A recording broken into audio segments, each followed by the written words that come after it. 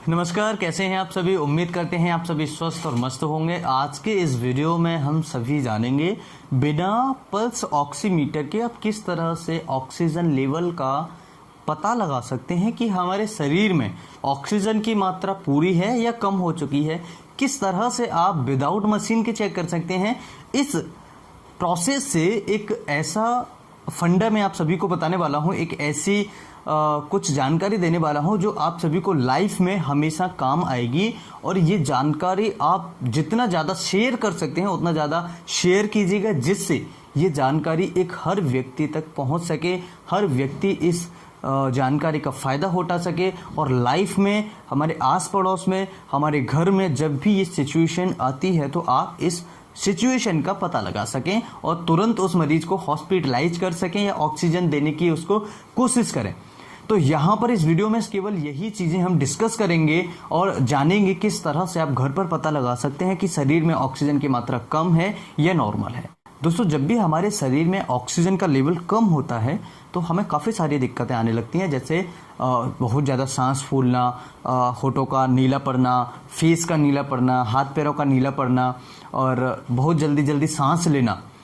कई ऐसे पेशेंट्स होते हैं जो बोल नहीं पाते हैं। ऐसे सिचुएशन में कई पेशेंट्स को बहुत ज़्यादा समस्या आती हैं। कई पेशेंट्स हॉस्पिटल नहीं पहुंच पाते हैं, कई पेशेंट्स को पता ही नहीं लगता है कि मुझे क्या हो रहा है। तो ऐसी सिचुएशन में ये सभी को ध्यान रखना होगा कि कैसे हम घर पर पता लगा सकते हैं बिना पल्स ऑक्सीमीटर के। और कई बार हर किसी के पास पल्स ऑक्सीमीटर नहीं होता है, हर कोई पल्स ऑक्सीमीटर को अफोर्ड भी नहीं कर सकता है। तो यहाँ पर एक होता है रॉथ स्कोर। रॉथ स्कोर एक ऐसा टेक्निक है जिसकी सहायता से आप मोटा मोटा पता लगा सकते हैं कि शरीर में ऑक्सीजन का लेवल कितना है। हमें इस रॉथ स्कोर में करना क्या है, सिंपल सी चीज़ है। हमें अपनी सांस को लेना है, पूरा प्रॉपर तरीके से सांस खींचना है। जैसे ये सांस हमने लिया और सांस लेने के साथ में जब इस सांस का हम एंड कर देंगे तो हमें 1 2 3 4 5 6 7 8 9 10 11 इस तरीके से गिनती को काउंट करना है। और ये गिनतियां अगर आप 30 तक काउंट कर लेते हैं, इसका मतलब है कि आपका जो ऑक्सीजन लेवल है वो नॉर्मल है। ऑक्सीजन लेवल नॉर्मल है यानी कि आप 30 तक काउंट बड़ी आसानी से कर सकते हैं। जैसे कि 1 2 3 4 5 6 7 8 9 10 11 12 13 14 16 17 18 19 20 21 22 23 24 25 26 27 28 29 30 31 32 33 34 35 36 37 38 39 40 इस तरह से अगर आप, और सांस को छोड़ देना है, इस तरह से अगर आप 30 काउंट कर सकते हैं तो आपका ऑक्सीजन लेवल लगभग नॉर्मल है। जब किसी व्यक्ति को 10 काउंट ही करने में परेशानी आए, यानी कि वो पेशेंट सांस तो उसने ले ली लेकिन वो 10 तक ही उसकी सांस फूलने लगी, जैसे 1 2 3 4 5 1 2 3 4 5 6 7 इस तरीके से वो पेशेंट्स अगर करने लगे, 10 तक भी काउंट नहीं कर पा रहा है गिनती, इसका मतलब है कि उसका जो ऑक्सीजन लेवल है वो 95% से नीचे है। अगर यही पेशेंट 5 से 7 गिनती काउंट कर पाए तो इसका मतलब है कि इस पेशेंट का जो ऑक्सीजन लेवल है वो 90 से कम है। तो 90 से कम यानी कि जब पेशेंट्स 5 से 7 गिनती को काउंट कर पाए और पेशेंट की सांस फूलने लगे, एक सबसे तरीका अच्छा ये होता है।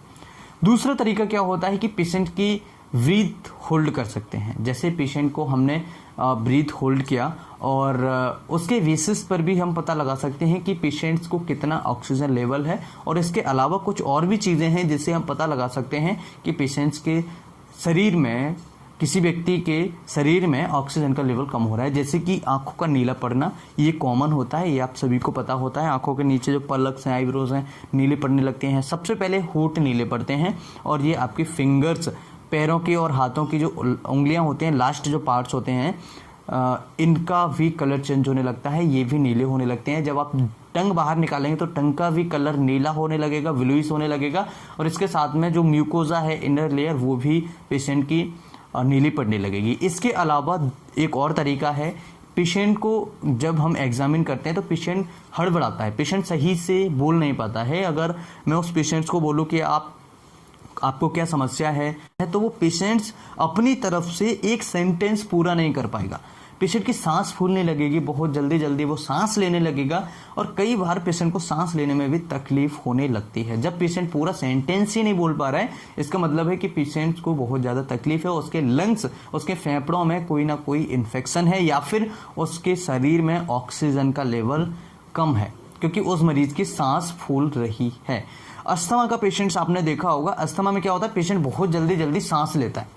क्यों लेता है? क्योंकि ऑक्सीजन का लेवल उसके अंदर मेंटेन नहीं हो पा रहा है, प्रॉपर तरीके से फंक्शंस उसके लंग्स नहीं कर पा रहे हैं। ऐसी सिचुएशन में बहुत जल्दी जल्दी सांस लेता है, तो ऐसी कंडीशन में प्रॉब्लम आ सकती है।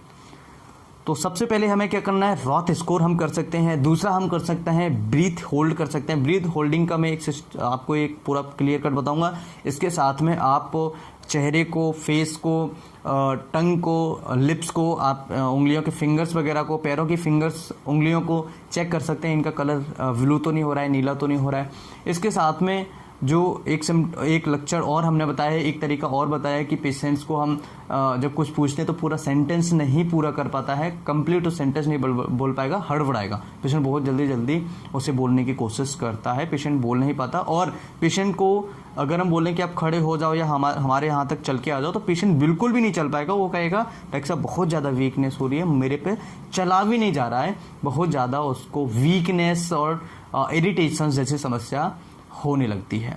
अगर बात करें ब्रीथ होल्ड के बारे में, जो मैंने आपको बताया कि सांस रोकने का एक सिस्टम होता है, वो किस तरह से होता है उसे भी हम आइए जान लेते हैं। ब्रीथ होल्ड में क्या होता है कि पेशेंट की हम सांस रोकते हैं। पेशेंट अगर 8 से 10 सेकंड के लिए सांस रोक लेता है, तो ऐसे पेशेंट्स में जो लक्षण होते हैं ऑक्सीजन के, वो 95% के आसपास होते हैं, 95% से कम हो सकता है। और अगर वही पेशेंट्स 5 सेकंड 6 सेकंड ही सांस रोक पाए, तो इस सिचुएशन में हमें हो जाना चाहिए, उस पेशेंट का ऑक्सीजन लेवल जो है वो 90 से नीचे आ सकता है, ये हमें ध्यान रखना चाहिए। और अगर आप 10 सेकंड 15 सेकंड से ज़्यादा रोक सकते हैं, जैसे कई पेशेंट्स होते हैं 1-1 मिनट का स्कोर है उनका, 30 सेकंड तक रोक सकते हैं, 20 सेकंड तक रोक सकते हैं, 40 सेकंड तक रोक सकते हैं, तो इसका मतलब है कि आपका जो ऑक्सीजन लेवल है वो बॉडी के अंदर सही है। कई वीडियोस आप सभी को पता होगा कि कई सारे ऐसे वीडियोस आए थे जिसमें बताया गया था कि 1 मिनट तक सांस रोकने से या 40 सेकंड तक सांस अगर आप रोकते हैं तो कोरोना का इन्फेक्शन नहीं होगा।